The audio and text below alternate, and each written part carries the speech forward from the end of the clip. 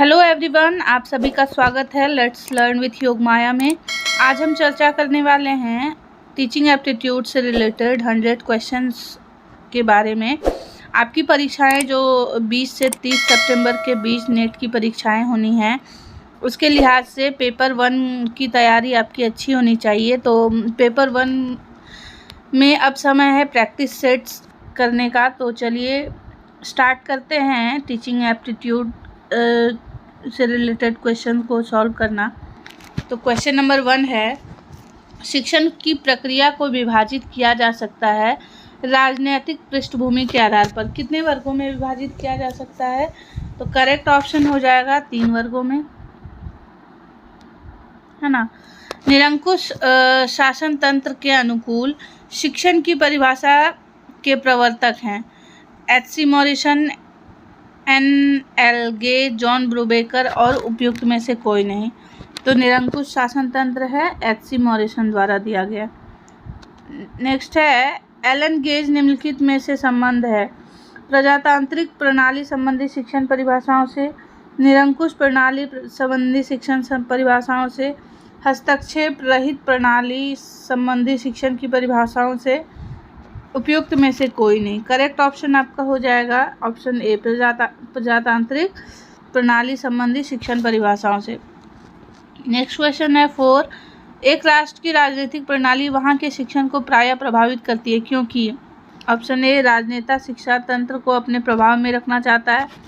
Option B, राजनीति ही राष्ट्र के शिक्षा मूल्यों का निरूपण करती है। ऑप्शन सी, राजनेताओं की स्वार्थ पूर्ति होती है। ऑप्शन डी, शिक्षा तंत्र को अपने प्रभाव में रखकर ही राजनीतिक अपेक्षाओं की पूर्ति की जा सकती है। तो करेक्ट ऑप्शन ये होगा कि राजनीति ही राष्ट्र के शिक्षा मूल्यों का निरूपण करती है।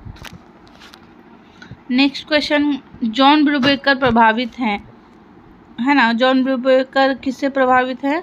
हस्तक्षेप रहित शिक्षण प्रणाली से, है ना। 6 नंबर क्वेश्चन, शिक्षण एक पारस्परिक प्रभाव है जिसका उद्देश्य है अन्य व्यक्तियों के व्यवहारों में अपेक्षित परिवर्तन लाना। यह भाव व्यक्त किया है। ये कथन किसके द्वारा दिया गया है? तो ये कथन दिया गया है गेज द्वारा। शिक्षण को आप मानते हैं एक परिपक्व एवं दूसरे अपरिपक्व व्यक्ति के मध्य संबंध, एक अंतः प्रक्रिया मात्र, सीखने में सहायक प्रक्रिया, उपयुक्त सभी। तो शिक्षक में ये सभी गुण समाहित होते हैं। So correct option is D. Question number 8, शिक्षण संभव नहीं है दो परिपक्व व्यक्तियों के मध्य जो किसी समान विषय में पारंगत है, विद्यालय के बाहर, बिना पाठ्यक्रम के, उपयुक्त सभी परिस्थितियों में।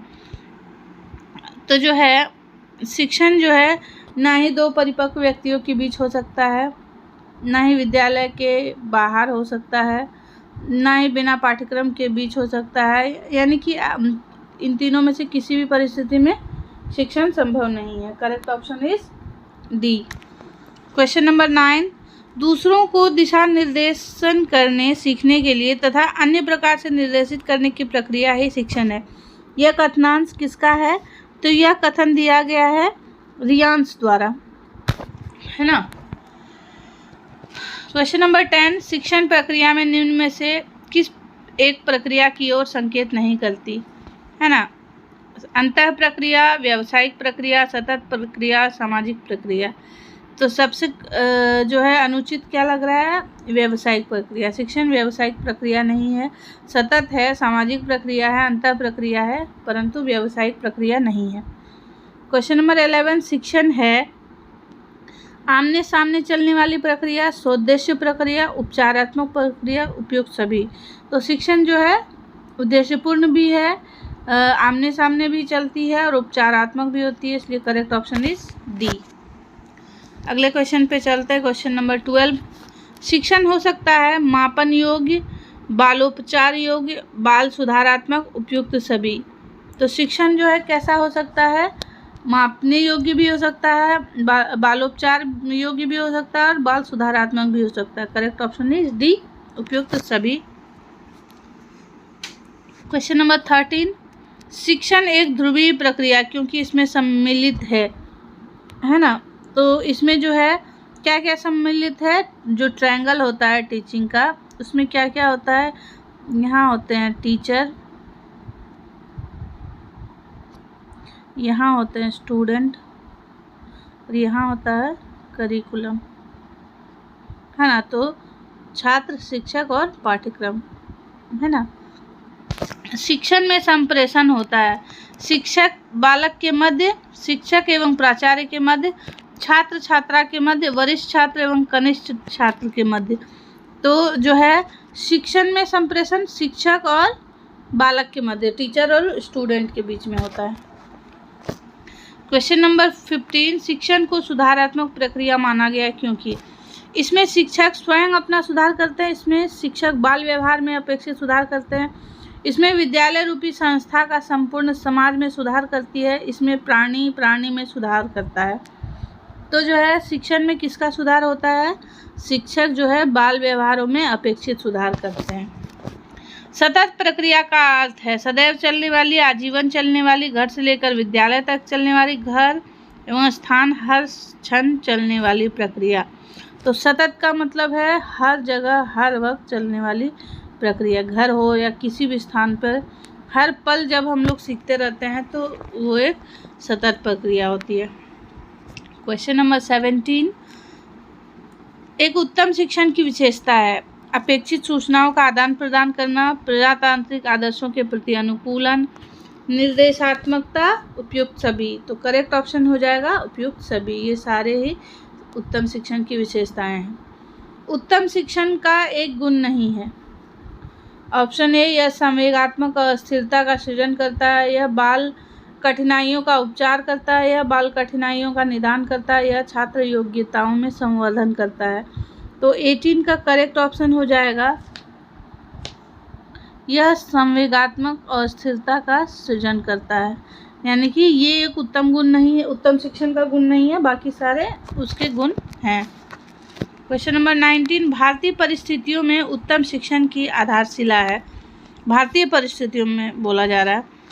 तो प्रजातांत्रिक मूल्य, छात्र योग्यताओं का संवर्धन, शिक्षक एक मित्र एवं दार्शनिक, उपयुक्त सभी। तो ये सभी जो है भारतीय परिस्थितियों में उत्तम शिक्षण की आधारशिलाएं हैं। क्वेश्चन नंबर 20, शिक्षण उद्देश्यों के आधार पर शिक्षण को वर्गीकृत किया जाता है ना। ज्ञानात्मक, भावात्मक एवं क्रियात्मक में, ठीक है। इन्हीं तीनों भागों में विभाजित किया गया है, ज्ञानात्मक, भावात्मक और क्रियात्मक।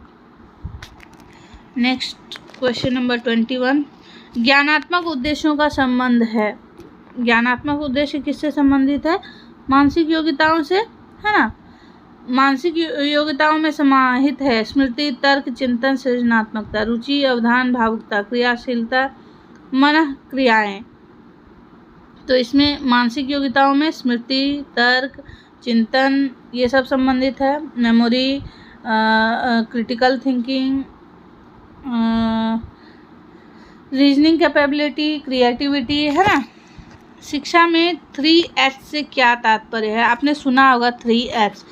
तो ये है हेड, हार्ट एंड हैंड, है ना। 3H, H for HAND hand, HEAD head, HEART heart, यही है 3H।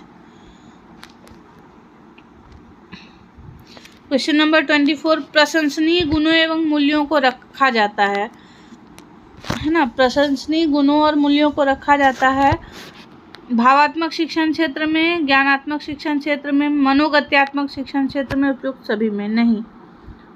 इसे भावात्मक शिक्षण क्षेत्र में रखा जाता है। मनोगत्यात्मक का अर्थ है मन की गति अत्यधिक तीव्र होती है, मन के विचार गामक होते हैं, मानसिक योग्यताएं ही व्यवहारिक वास्तविक व्यवहार में अभिव्यक्त होती हैं, एक सामान्य मनोवैज्ञानिक प्रत्यय है। इसका करेक्ट ऑप्शन हो जाएगा सी, मानसिक योग्यताएं ही वास्तविक व्यवहार में अभिव्यक्त होती हैं। क्वेश्चन नंबर 26, मांसपेशी क्रियाएं एवं समस्त अभिव्यक्त मानव व्यवहार को संग्रहित करते हैं। ए भावात्मक शिक्षण स्थिति में, बी ज्ञानात्मक शिक्षण परिस्थिति में, सी मनोगत्यात्मक शिक्षण के अंतर्गत, डी उपयुक्त में से किसी भी में नहीं। तो 26 का करेक्ट ऑप्शन हो जाएगा मनोगत्यात्मक शिक्षण के अंतर्गत। क्वेश्चन नंबर 27, शिक्षक प्रायः शिक्षण प्रदान करते हैं एक समान स्तर पर, विविध स्तरों पर, त्रिस्तर पर, चतुस्तर पर। तो जनरली जो है 3 स्तरों पर शिक्षण किया जाता है। कौन कौन से स्तर होते हैं वो? नॉलेज,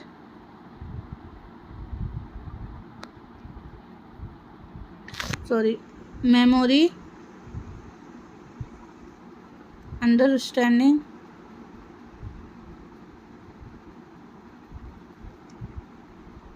और रिफ्लेक्टिव लेवल।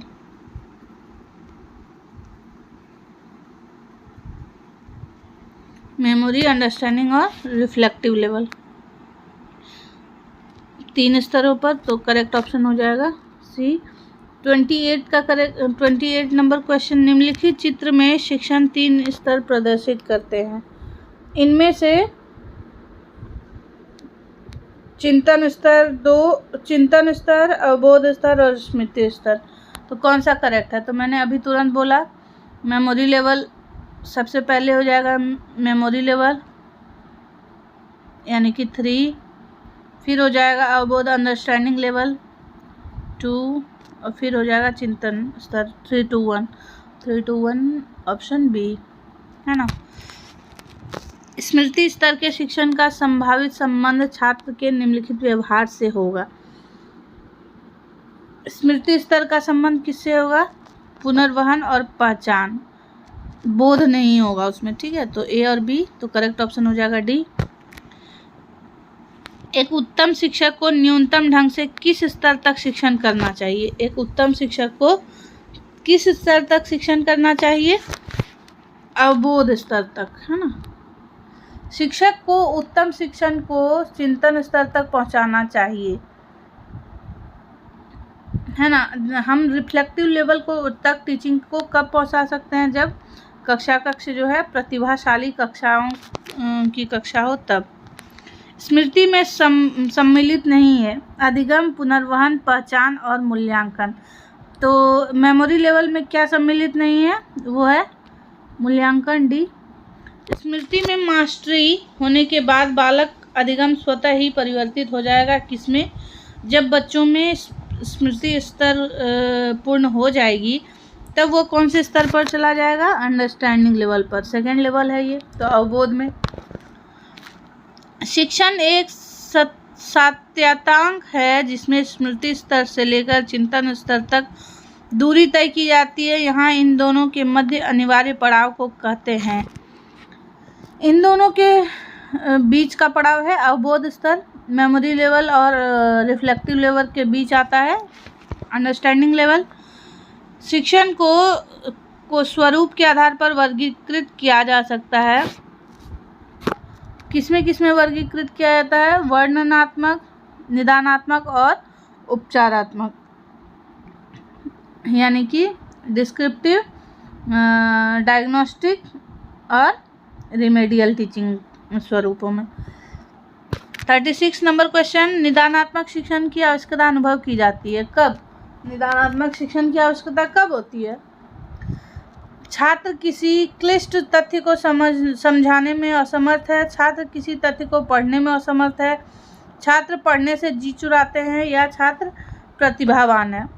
तो जो है छात्र किसी क्लिष्ट तथ्य को समझाने में असमर्थ है, तभी उसमें समझने में असमर्थ है। तो मतलब वह चीज़ों को, कंटेंट को समझ नहीं पा रहा है, तब उसमें उसे निदानात्मक शिक्षण देकर शिक्षक उसकी अंडरस्टैंडिंग को बेटर बनाते हैं। क्वेश्चन नंबर 37, उपचारात्मक शिक्षण प्रदान किया जाता है विषयगत दुर्बलता के शिकार बालकों को, पिछड़े बालकों को, प्रतिभाशाली बालकों को, ए और बी बिंदु में रेखांकित बालकों को। तो विषयगत दुर्बलता वाले बालकों को और पिछड़े बालकों को, प्रतिभाशाली बालकों को तो जरूरत ही नहीं है, तो correct option is D. Question number 38, उपचारात्मक शिक्षण की पहचान की जाती है बालक को उपलब्धि परीक्षण देकर, बालक की कक्षा में निरंतर जांच करके, बालक के परीक्षा में अनुत्तीर्ण होने पर उपयुक्त सभी परिस्थितियों में, है ना। तो 38 का करेक्ट ऑप्शन हो जाएगा उपयुक्त सभी परिस्थितियों में, है ना। उपचारात्मक शिक्षण की पहचान करेंगे जब बालक का उपलब्धि परीक्षण कम आएगा, या फिर कक्षा में रेगुलर उसका प्रोग्रेस कम दिखाई देगा, या फिर किसी एग्ज़ाम में वो फेल हो जाएगा, तो हम समझ जाएंगे कि उसे जो है मदद की आवश्यकता है और उपचारात्मक शिक्षण देंगे। निदानात्मक शिक्षण का आधारभूत उद्देश्य है बालकों की विषय संबंधी दुर्बलताओं का पता लगाना, बालकों को दुर्बल बनाना, बालकों को प्रारूपिक रूप से दुर्बल मान लेना, बालकों को पिछलग्गू मान लेना, बिल्कुल नहीं। तो 39 का करेक्ट ऑप्शन हो जाएगा उनकी दुर्बलताओं का पता लगाना, correct option is a. Question number 40, शैक्षिक क्रियाओं के संदर्भ में शिक्षण के वर्ग हैं, है ना। शिक्षण के कौन कौन से वर्ग हैं? प्रस्तुतिकरण, प्रदर्शन और क्रिया, ठीक है। प्रेजेंटेशन, डेमोन्स्ट्रेशन और एक्टिविटी। क्या क्या? प्रेजेंटेशन, डेमोन्स्ट्रेशन और एक्टिविटी।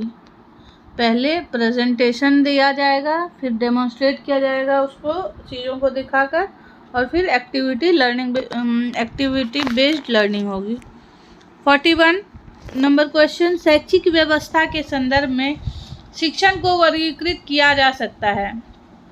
ए, औपचारिक, अनौपचारिक एवं निरौपचारिक शिक्षण में, औपचारिक एवं अनौपचारिक शिक्षण में, औपचारिक एवं निरौपचारिक शिक्षण में, उपयुक्त में से कोई नहीं। 41 का करेक्ट ऑप्शन हो जाएगा औपचारिक, अनौपचारिक और निरौपचारिक शिक्षण में। 42, औपचारिक शिक्षण की महत्वपूर्ण संस्था है। तो बच्चा जो है औपचारिक शिक्षण सबसे ज़्यादा कहाँ प्राप्त करता है? औपचारिक रूप से विद्यालय में। क्वेश्चन नंबर 43, औपचारिक शिक्षण की पहचान है निश्चित स्थान, निश्चित लक्ष्य, निश्चित समय सारणी, उपयुक्त सभी। बिल्कुल सभी, स्थान भी निश्चित होना चाहिए, लक्ष्य भी निश्चित होना चाहिए और समय सारणी भी निश्चित होनी चाहिए। क्वेश्चन नंबर 44, अनौपचारिक शिक्षण की आवश्यकता अनुभव की जाती है निरक्षरों को साक्षर बनाने के लिए, नव साक्षरों को साक्षर बनाने के लिए, विद्यालय के ड्रॉप आउट्स के लिए, उपयुक्त सभी के लिए। तो जो है अनौपचारिक शिक्षा उन सभी के लिए उपयुक्त होती है, अनौपचारिक रूप से उन्हें शिक्षा दी जाती है। शिक्षण प्रक्रिया में स्वतंत्र चर है शिक्षक, पाठ्यक्रम, छात्र, प्राचार्य। तो सबसे ज़्यादा स्वच्छंद कौन है? शिक्षक, है ना, स्वतंत्र चर है। छात्रों को परतंत्र चर माना गया क्योंकि यह, अब अगर शिक्षक है स्वतंत्र चर तो छात्र परतंत्र चर क्यों है? डिपेंडेंट वेरिएबल छात्रों को क्यों माना गया है ना। अध्यापक की गुलामी करता है? बिल्कुल नहीं। अध्यापक के शिक्षण के अनुरूप अधिगम करता है, अध्यापक को बेवकूफ़ बनाता नहीं, अध्यापक के दबाव में पड़ता नहीं। तो करेक्ट ऑप्शन हो जाएगा बी, अध्यापक के शिक्षण के अनुरूप अधिगम करता है, इसलिए छात्र जो है वो डिपेंडेंट वेरिएबल है। 47 नंबर क्वेश्चन, शिक्षा के चरों के प्रमुख कार्य हैं। ए, निदानात्मक, बी, उपचारात्मक, सी, मूल्यांकन, डी, सभी। तो करेक्ट ऑप्शन इज डी, उपयुक्त सभी। शिक्षा के चरों का प्रमुख कार्य ये सब कुछ है। निदानात्मक कार्य में सम्मिलित है छात्रों का पूर्व व्यवहार, पाठ्यवस्तु के घटकों का विश्लेषण, उपयुक्त दोनों, उपयुक्त में से कोई नहीं। तो करेक्ट ऑप्शन इज उपयुक्त दोनों। क्वेश्चन नंबर 49, निदानात्मक शिक्षण के अंतर्गत शिक्षक का प्रमुख दायित्व है छात्रों के पूर्व व्यवहार का निर्धारण करना, बी, छात्रों की व्यक्तिगत व्यवहार संबंधी सूचनाओं को संकलित करना, सी, कार्य विश्लेषण करना, डी, उपयुक्त सभी। तो 49 का करेक्ट ऑप्शन हो जाएगा डी, उपयुक्त सभी। शिक्षण संबंधी उपचारात्मक कार्य का संबंध है, ए शिक्षण कौशल को व्यवहार परक बनाना, बी पृष्ठपोषण प्रविधियों की व्यवस्था करना, सी उपयुक्त दोनों, डी उपयुक्त में से कोई नहीं। तो 50 का करेक्ट ऑप्शन हो जाएगा सी उपयुक्त दोनों ही। शिक्षण सात्यतांक की परिकल्पना की जाती है। ए अनुबंधन से लेकर विश्वास प्रतिपादक तक, व्यवहारिक परिवर्तन से लेकर विश्वास परिवर्तन तक, प्रारूपिक सामान्य अधिगम से लेकर संपूर्ण आस्था परिवर्तन तक, उपयुक्त सभी सत्य हैं। तो करेक्ट ऑप्शन इज उपयुक्त सभी सत्य हैं। क्वेश्चन नंबर 52, शिक्षण के सात्यतांक के प्रमुख पद क्या क्या हैं? तो ये सारे ही हैं, इनको सजाना है। सबसे पहला जो होता है वो होता है अनुबंधन 4, फिर होता है प्रशिक्षण, फिर होता है अनुदेशन, उसके बाद होता है प्रतिपादन। तो ऐसा कौन सा है? Option number A. अनुबंधन द्वारा व्यवहार में परिवर्तन किया जाता है। कुत्ते बिल्ली द्वारा, मानव शिशु द्वारा, वयस्क व्यक्ति द्वारा, सभी द्वारा। अनुबंधन के प्रणेता हैं पैवलोव। अनुबंधन का शास्त्रीय सिद्धांत पैवलोव ने दिया था। प्रशिक्षण प्रदान किया जाता है मांसपेशियों को, निम्न श्रेणी के जीवों को, दस्तकारों को, सभी को, है ना। मांसपेशियों को तो नहीं हो सकता है, तो दस्तकारों को। करेक्ट ऑप्शन है सी, है ना। मांसपेशियों को प्रशिक्षण, हाँ, मांसपेशियों को जिम द्वारा तो दिया जाता है। निम्न श्रेणी के जीवों को उपयुक्त सभी ही होगा इसमें भी। 56 का अनुदेशन प्रदान किया जाता है कक्षा के अंदर, प्रार्थना स्थल पर, सर्वत्र कहीं नहीं। तो अनुदेशन जो है कक्षा के अंदर प्रदान किया जाता है। प्रतिपादन इंडोक्ट्रिनेशन किया जाता है ब्रेन वॉशिंग द्वारा, आमूलचूल विचारों में परिवर्तन करके, समूल विश्वासों में परिवर्तन करके, उपयुक्त सभी में। तो करेक्ट ऑप्शन है उपयुक्त सभी में। निम्नलिखित में से कौन सा उद्देश्य अनुदेशन से संबंधित है? 58 का बालक के व्यवहारिक परिवर्तन एवं आदतों का विकास करना, बालक के व्यवहार में परिवर्तन करना तथा कौशलों का विकास करना, ज्ञान का प्रसारण एवं ज्ञान का विकास करना, विश्वास परिवर्तन तथा विश्वास के मूल्यों का विकास करना। तो 58 का करेक्ट ऑप्शन हो जाएगा ज्ञान का प्रसारण एवं ज्ञान का विकास करना। क्वेश्चन नंबर 59, इंडोक्ट्रिनेशन पद में प्रदान किया जाने वाला ज्ञान का रूप होगा, कौन सा रूप होगा? अमूर्त रूप होगा, है ना। उच्च स्तरीय क्रियात्मक ज्ञान, high level action oriented knowledge का संबंध है। किससे संबंध है? प्रशिक्षण से, ट्रेनिंग से। नियम एवं सिद्धांतों का अधिगम कराया जाता है अनुदेशन द्वारा, प्रतिपादन द्वारा, प्रशिक्षण द्वारा, उपयुक्त सभी के द्वारा। तो जो है प्रतिपादन द्वारा नियम एवं सिद्धांतों का प्रतिपादन किया जाता है।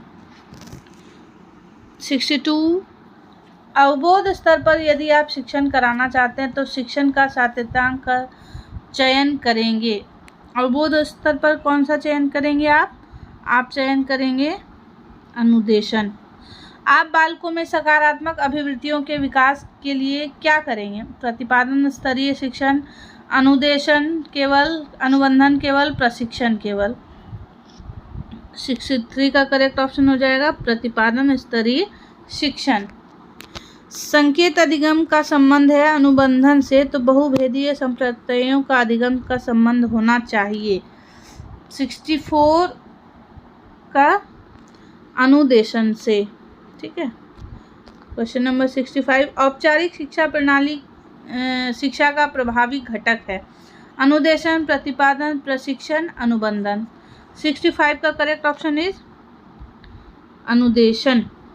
प्रशिक्षण द्वारा किया जा सकता है कौशलों का विकास, स्वस्थ आदतों का विकास, कृत्रिम व्यवहार का निर्माण, मानव निर्माण। तो जो है कौशलों का विकास प्रशिक्षण द्वारा किया जाता है। क्वेश्चन नंबर 67, शिक्षण की अवस्था है पूर्व तत्परता अवस्था, अंतः प्रक्रिया अवस्था, शिक्षण तत्परता के पश्चात की अवस्था और डी उपयुक्त तीनों अवस्थाएं। तो उपयुक्त तीनों अवस्थाएं ही जो है शिक्षण अवस्था है। शिक्षण की पूर्व क्वेश्चन नंबर 68, शिक्षण की पूर्व तत्परता अवस्था में संपन्न होने वाली प्रमुख प्रक्रिया है। ए, शिक्षण के उद्देश्यों को निर्धारित करना, पाठ्यवस्तु के संबंध में निर्णय लेना, प्रस्तुतिकरण के लिए क्रमबद्ध व्यवस्था करना, उपयुक्त सभी। करेक्ट ऑप्शन इज उपयुक्त सभी, option number D. Question number 69, निम्नलिखित में से कौन सी एक प्रक्रिया शिक्षण की पूर्व तत्परता से संबंधित नहीं है? शिक्षण की युक्तियों एवं प्रविधियों संबंधी निर्णय लेना, विशिष्ट पाठ्यवस्तु के लिए युक्तियों का विकास करना, छात्रों से मूल्यांकन संबंधी प्रश्न पूछना, प्रस्तुतिकरण की क्रमबद्ध व्यवस्था करना। तो 69 का करेक्ट ऑप्शन हो जाएगा सी, छात्रों से मूल्यांकन संबंधी प्रश्न पूछना।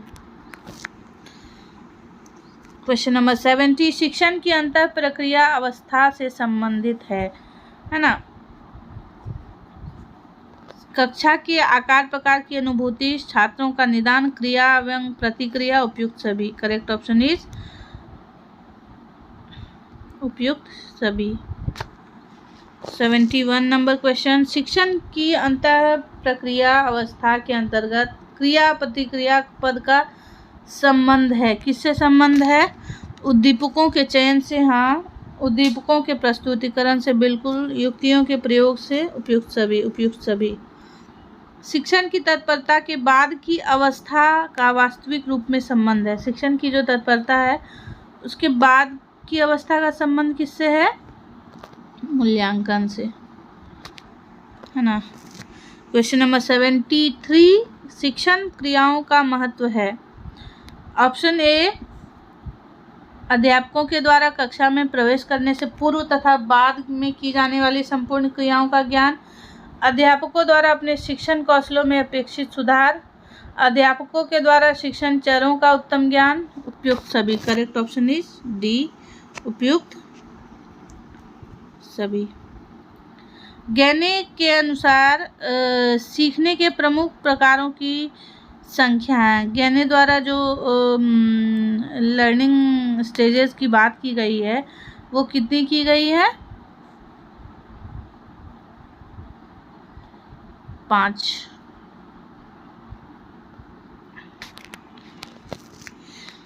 गैने के प्रमुख सीखने के एक प्रकार नहीं है। ए, उद्दीपक अनुक्रिया संबंध, बी, बहुभेदीय विभेदीकरण, सी, अनुबंधन, डी, प्रत्यय अधिगम। 75 का करेक्ट ऑप्शन हो जाएगा अनुबंधन। अनुबंधन की चर्चा गैने ने नहीं की है। क्वेश्चन नंबर 76, शिक्षण अधिगम के मध्य संबंध है। क्या संबंध है? शिक्षण अधिगम दोनों के योग से प्रभावी शिक्षा का विकास संभव है। शिक्षण सिद्धांतों के विकास में अधिगम सिद्धांतों का अत्यधिक महत्व है। शिक्षण सौद्देश्य प्रक्रिया जो अपेक्षित अधिगम तक पहुंचाती है, उपयुक्त सभी। करेक्ट ऑप्शन इज उपयुक्त सभी। 77 नंबर क्वेश्चन, गेज महोदय के अनुसार शिक्षण की मनोवैज्ञानिक शक्तियां हैं। गेज ने किन मनोवैज्ञानिक शक्तियों की बात की है? व्यवहार परिवर्तन करने वाली शक्तियाँ, अधिगम परिस्थितियों संबंधी शक्तियाँ, ज्ञानात्मक शक्तियाँ, उपयुक्त सभी शक्तियाँ। उपयुक्त सभी शक्तियाँ। गैने के अनुसार अधिगम परिस्थितियों के प्रमुख प्रकार हैं। गैने ने कितने प्रकारों की बात की है? सेम क्वेश्चन 5 तो दिया नहीं गया है तो हम लोग 6 में लगा सकते हैं। रॉबर्ट गैने के अनुसार अधिगम परिस्थितियों के स्तरीकरण के दोनों छोरों पर रहने वाली अवस्थाएं, यानी कि स्टार्टिंग और लास्ट में जो रहता है अवस्था, वो कौन सा है? उद्दीपन अनुक्रिया एवं शाब्दिक स्तर संबंध, उद्दीपन अनुक्रिया एवं समस्यात्मक संबंध, बिल्कुल प्रॉब्लम सॉल्विंग, और stimulus response. Option B is correct option. सबसे ऊपर जो है वो होता है स्टिमुलस, SR, और सबसे लास्ट में हो जाता है वो प्रॉब्लम सॉल्विंग। ये दोनों होगा। क्वेश्चन नंबर 80, गहने की अधिगम परिस्थितियों के स्तरीकरण में जटिल अवस्थाएं, कौन सी अवस्थाएं सबसे ज़्यादा जटिल है? तो वो है प्रत्यय एवं अधिनियम एवं समस्यात्मक अधिगम, ये तीनों। गहने की अधिगम परिस्थितियों को कितने वर्गों में विभक्त किया गया है? क्वेश्चन नंबर 81, उनका जो स्टेजेज है वो 8 है ना, जो signal learning, chain learning, stimulus response, ऐसे करके 8 स्टेजेस हैं। गहने के अधिगम परिस्थितियों में सबसे सरलतम प्रारूप क्या है? संकेत अधिगम, अधिनियम अधिगम, प्रत्यय अधिगम। तो सबसे सरल जो है वो है संकेत अधिगम, सिग्नल लर्निंग। क्वेश्चन नंबर 83, संकेत अधिगम सिग्नल लर्निंग का संबंध है पॉवलोवियन अनुबंधन से, स्किनरियन अनुबंधन से, उपयुक्त दोनों से, किसी से भी नहीं। पेवलोव ने जो है अनुबंधन दिया उससे संबंधित है यह। 84 नंबर क्वेश्चन, उद्दीपन अनुक्रिया का संबंध है ऑपरेंट कंडीशनिंग से, क्लासिकल कंडीशनिंग से, गेस्टाल्ट अधिनियम से, उपयुक्त में से किसी से भी नहीं। तो जो है उद्दीपन अनुक्रिया किसके थ्योरी में है? वो है ऑपरेंट कंडीशनिंग की जो थ्योरी है उसमें। अभिक्रमित अनुदेशन प्रोग्राम्ड इंस्ट्रक्शंस का जन्म माना जाता है क्लासिकल कंडीशनिंग से, ऑपरेंट कंडीशनिंग से, उद्दीपन अनुक्रिया से और बी एवं सी से। तो जो है ये हो जाएगा प्रोग्राम्ड इंस्ट्रक्शन किस में होता है? ऑपरेंट कंडीशनिंग में, sorry, B number answer, operant conditioning. श्रृंखला अधिगम के प्रकार है ना, शाब्दिक एवं अशाब्दिक दोनों, परिमाणात्मक एवं गुणात्मक, समस्यात्मक एवं सहयोगात्मक, सकारात्मक एवं नकारात्मक। तो चेन लर्निंग जो है उसका संबंध किससे है? शाब्दिक और अशाब्दिक दोनों प्रकार के अधिगम से। क्वेश्चन नंबर 87, शाब्दिक संबंध अधिगम की प्रचुरता से प्रयोग किया जाता है। अब भाषा शिक्षण में, विज्ञान शिक्षण में, विज्ञान शिक्षण में, कला शिक्षण में। तो शाब्दिक सहसंबंध का प्रयोग भाषा शिक्षण में ही होगा, है ना। बहुभेदीय अधिगम का तुलनात्मक संबंध है। बहुभेदीय अधिगम का तुलनात्मक संबंध किससे है? अवबोध स्तर, चिंतन स्तर से, सॉरी, है ना। बहुभेदीय अधिगम का संबंध, बहुभेदीय अधिगम का संबंध जो है वो है अवबोध स्तर से, है ना। क्वेश्चन नंबर 89, बहुभेदीय अधिगम में मास्टरी हो जाने के बाद अधिगम परिस्थिति क्या होगी? जब जो है उसमें मास्टरी मिल जाएगी तो हम प्रत्यय अधिगम, कंसेप्ट लर्निंग करेंगे। अधिनियम अधिगम की उत्पत्ति का परिणाम माना गया है दो या दो से अधिक श्रृंखलाओं का, है ना। समस्या समाधान अधिगम का प्रत्यक्ष संबंध है। समस्या समाधान का प्रत्यक्ष संबंध किससे है? चिंतन स्तर से, है ना। रिफ्लेक्टिव लेवल पर सबसे हाईएस्ट लेवल है ज्ञानी का, और इस पर रिफ्लेक्टिव लेवल पर बच्चे आ जाते हैं तभी वो प्रॉब्लम सॉल्व कर पाते हैं। क्रॉनबैक ने शिक्षण सिद्धांतों के आधार के रूप में कितने घटकों का ब्यौरा प्रस्तुत किया है? क्रॉनबैक ने कितना जो है शिक्षण, कितने घटक बताए हैं? 7। क्रॉनबैक के शिक्षण सिद्धांतों को मिश्रित ढंग से दिए गए हैं, इनमें परस्पर क्रमबद्धता बताइए। तो ये जो 7 उन्होंने बताए हैं उनको अब आपको अरेंज करना है। तो सबसे पहले हो जाएगा परिस्थिति, यानी कि 1, एक मिनट, सबसे पहले हो जाएगा परिस्थिति। दूसरा हो जाएगा आपका छात्रों की विशेषताएं, यानी कि 3।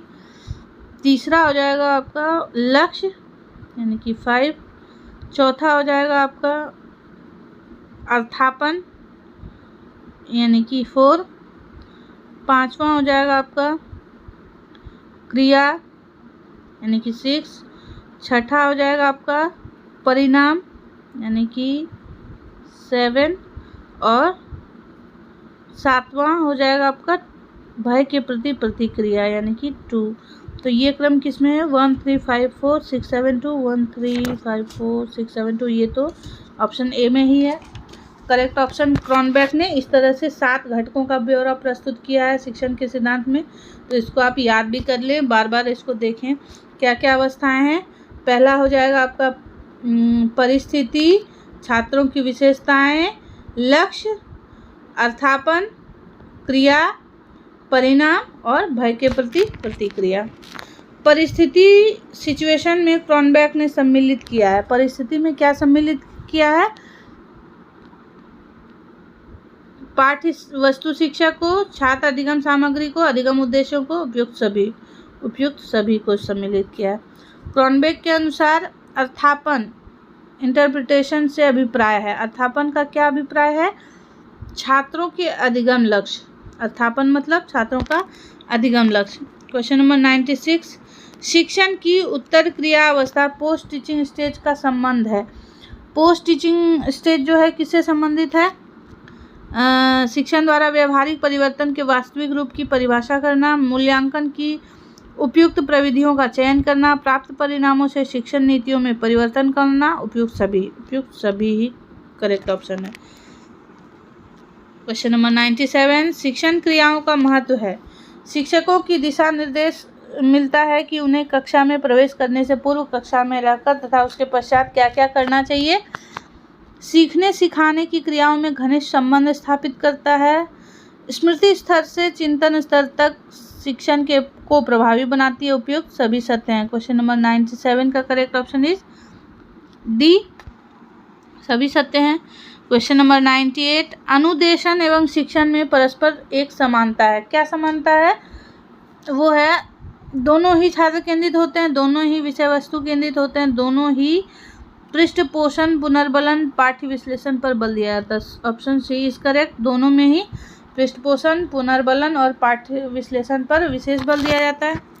क्वेश्चन नंबर 99, निम्न में से सही विकल्प हैं। कौन सा सही विकल्प है?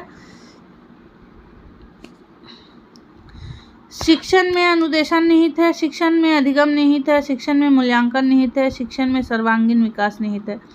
सबसे पहला जो है शिक्षण में अनुदेशन निहित है, ये करेक्ट है। शिक्षण क्वेश्चन नंबर 100, शिक्षण चरों के कार्य हैं। शिक्षण चरों के क्या कार्य हैं? निदानात्मक, उपचारात्मक, मूल्यांकन, उपयुक्त सभी। Option D is correct. उपयुक्त प्रश्न में निदानात्मक कार्य का संबंध है। किससे संबंधित है निदानात्मक कार्य? शिक्षण समस्या का विश्लेषण करना, छात्रों के पूर्व ज्ञान का निर्धारण करना, छात्रों कार्य विश्लेषण एवं व्यक्तिगत भिन्नताओं का ज्ञान। उपयुक्त सभी। करेक्ट ऑप्शन इज 4 ऑफ उपयुक्त सभी। उपचारात्मक कार्य हैं शिक्षण कौशल, नीति, युक्ति का चयन, पृष्ठपोषण की प्रविधियों की व्यवस्था, निदान के अनुसार उपचार। उपयुक्त सभी।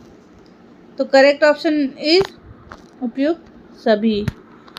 क्वेश्चन नंबर 103 और लास्ट क्वेश्चन, अनुभव द्वारा व्यवहार में परिवर्तन लाना ही अधिगम है। यह कथन किसके द्वारा दिया गया है? यह दिया गया है गेट्स महोदय द्वारा। तो ये थे आज के more than 100 questions practice set. तो चलिए, ये बिल्कुल आपके लिए उपयोगी होगा और जो आपकी परीक्षाएं आने वाली हैं उस दृष्टिकोण से ज़रूरी है। वीडियो को लास्ट तक देखने के लिए थैंक यू सो मच। मिलते हैं अगले वीडियो में, तब तक के लिए थैंक यू।